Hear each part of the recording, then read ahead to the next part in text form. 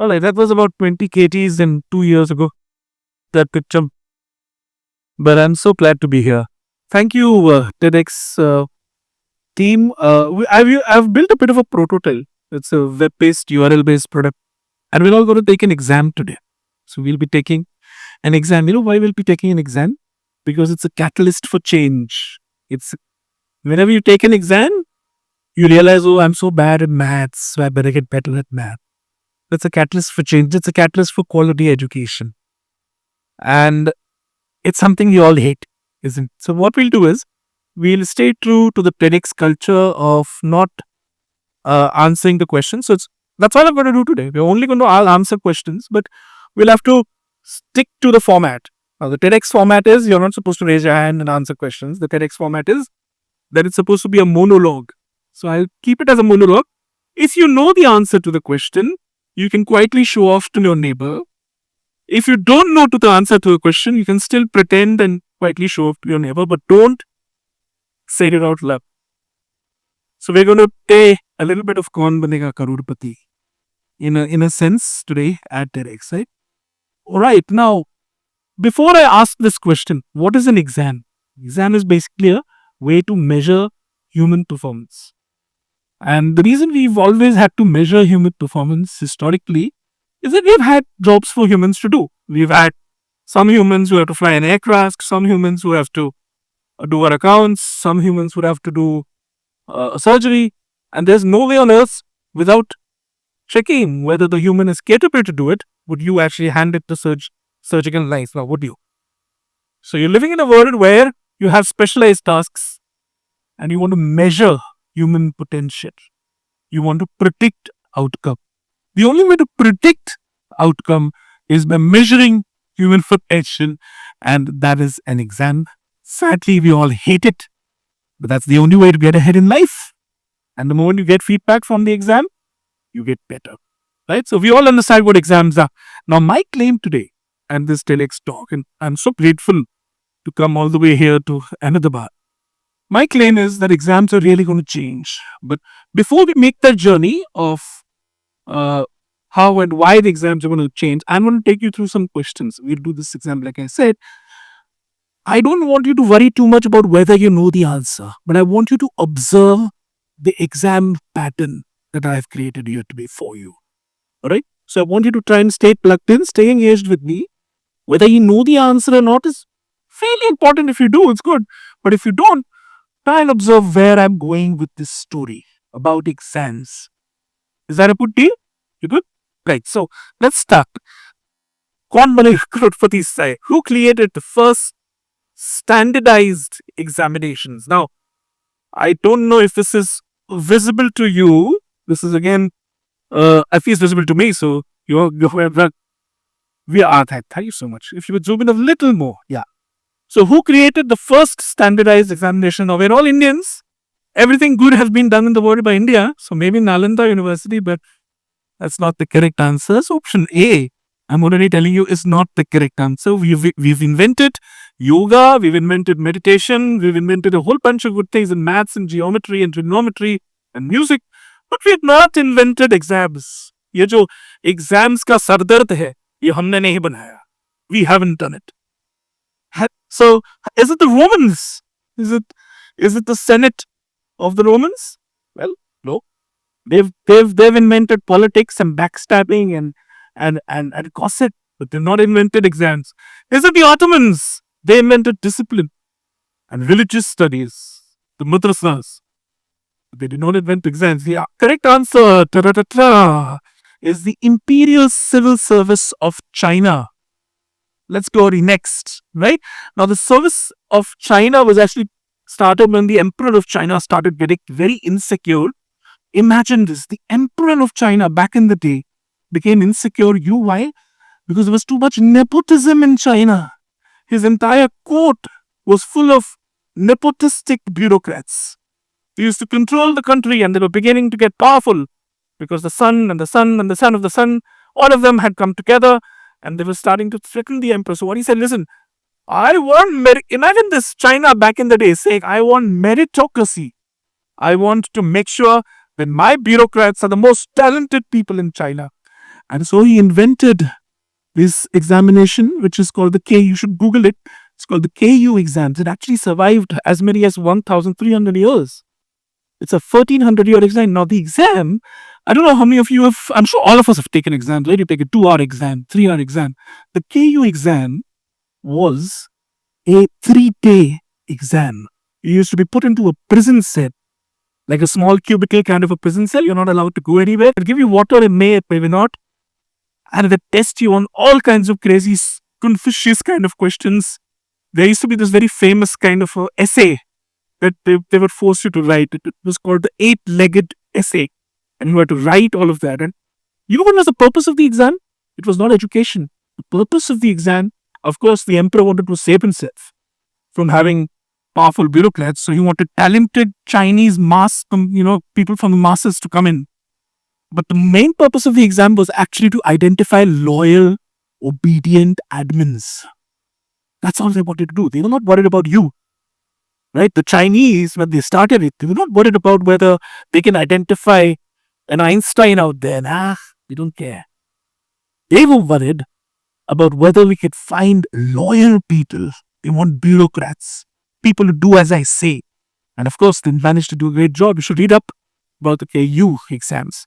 Even as it's basically the ancestor of all of our exams, our UPSC exams, the Cao Chinese exam, the GRE, the GMAT. It's the grandfather of them all, this particular exam. So this is how exams started. Imperial Service of China.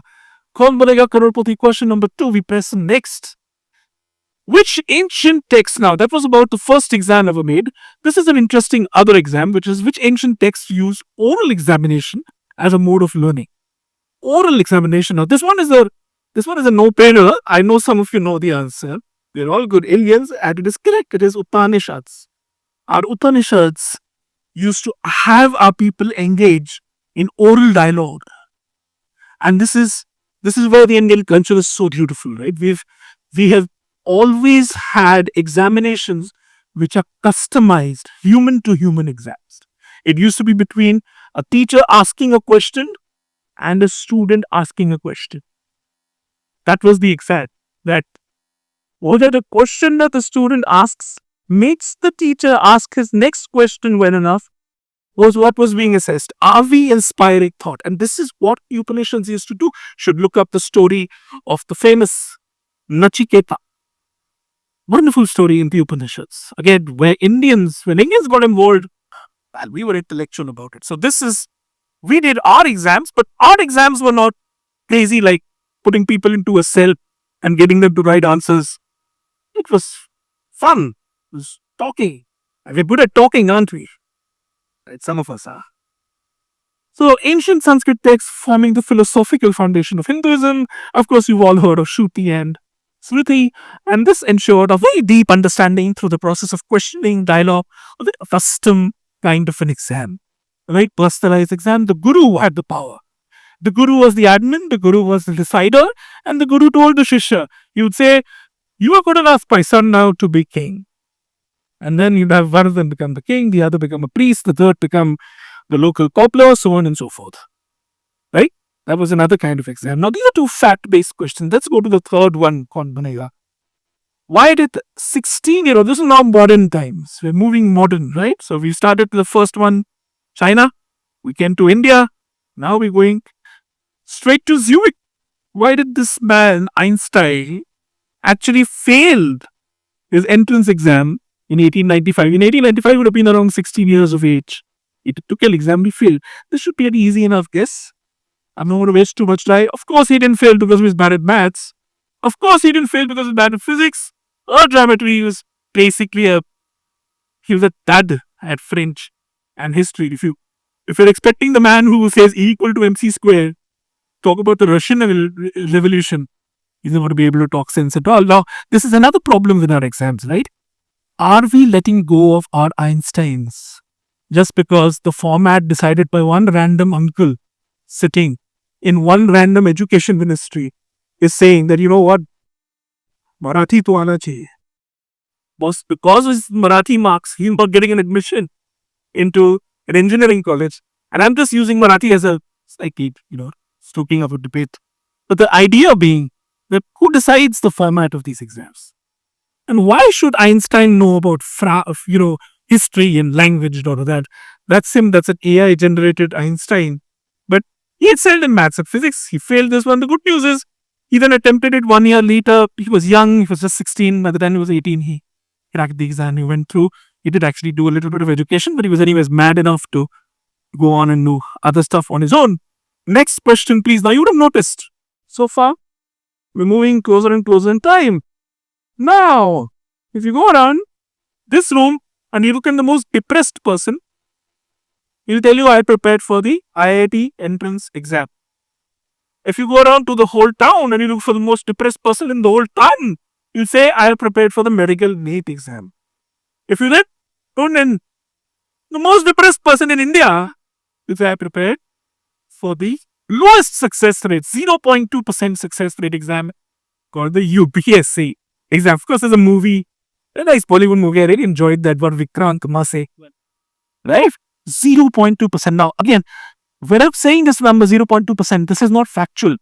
This is a problem solving question which has come in your exam, which we're doing together today. It's a problem solving one because it could be 0.2% in 2024, but it could be 0.25% in 2025. It could actually go up in 2026 and become 0.5%. You never know. There's no absolute correct answer, but there is a method to answering this kind of an exam question. There's no method to answering the previous kind of exam question, which was about who started the whole exam thing and about in the Indian Upanishads and all. There's no method there. Those are knowledge intensive questions that you would have come across in your exams. Now we're moving into slight areas of ambiguity, which is now comes the next question. All right, we've covered this. 12 lakh applicants, 1,000 people make it to the administrative services. Most of them know what is Ohm's law, but they don't know why there's so much of rural electricity theft. Right? They know that current passes through these 2 points. There's voltage and there's current, but why is it not adding up? Because there's someone, and that's the reality of a UPSC exam. They'll test you on your knowledge. They won't test you on your ability to go and deal with the local mafia. Right? Now comes the slightly more ethically inclined kind of questions. You have one ICU bed. This happened here, COVID. One ICU bed in all of Mumbai, and this is true actually.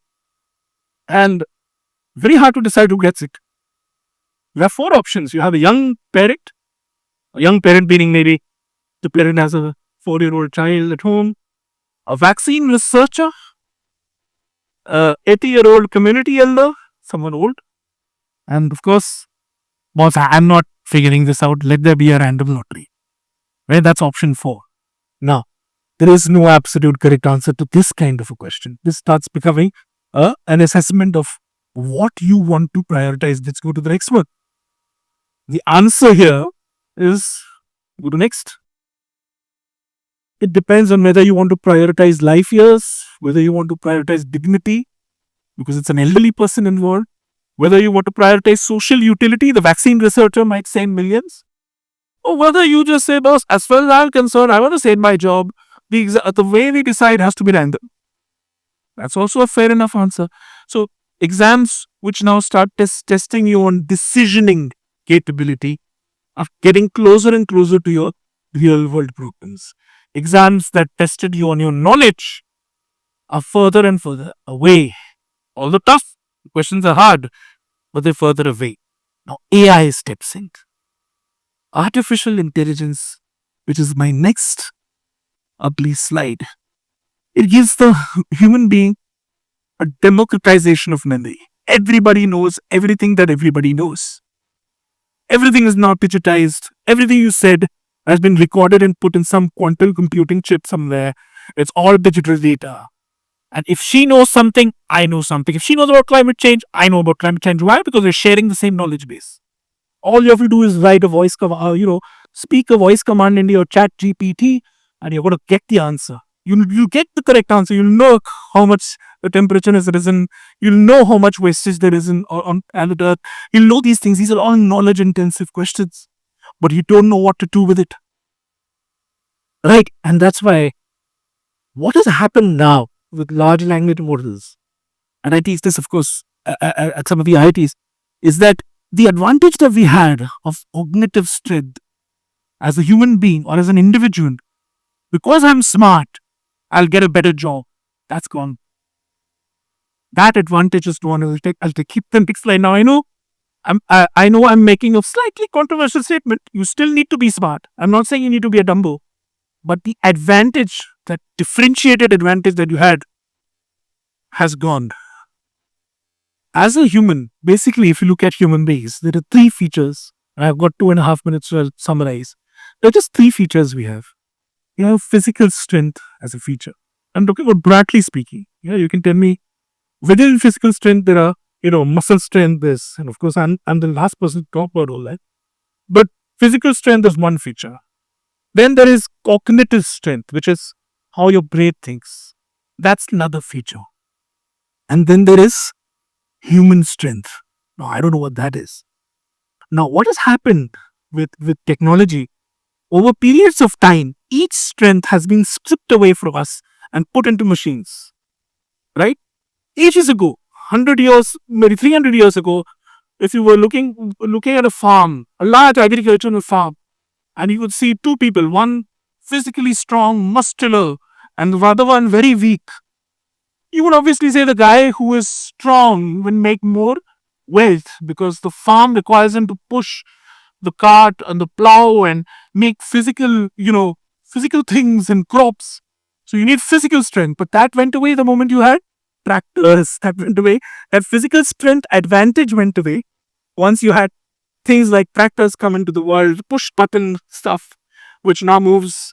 And for all you know, that old weak person, I'm using old just as a reference to give you a picture, is actually Einstein, and he has cognitive strength. So the same person who had no value in the world because he had no physical strength, now might have value because he has cognitive strength. He has brains. He is Einstein, whereas the other guy is just a regular gym rat. He's just muscular, but he's got no brains. So the world then moved towards people with better cognitive strength. Now, this is broadly true. I can concede one point, which is that in some cases, people with physical strength are still important. You need soldiers, you need sports people. We had people who've done it not just for sports, they've done it for society. And that's great. So you will have those use cases, but broadly, as a civilization, you don't necessarily need the same level of physical strength as you would have needed earlier in those days, where a baby would actually die if it's not strong enough because you didn't have vaccines. Right? So physical strength has been stripped away from us as a feature. Cognitive strength is in the process of being stripped away from us, which means what you know and how well you know it is, like I said, if you know it, if there is a digital copy of it somewhere in the world, everybody knows it. It's out. It's not your advantage anymore.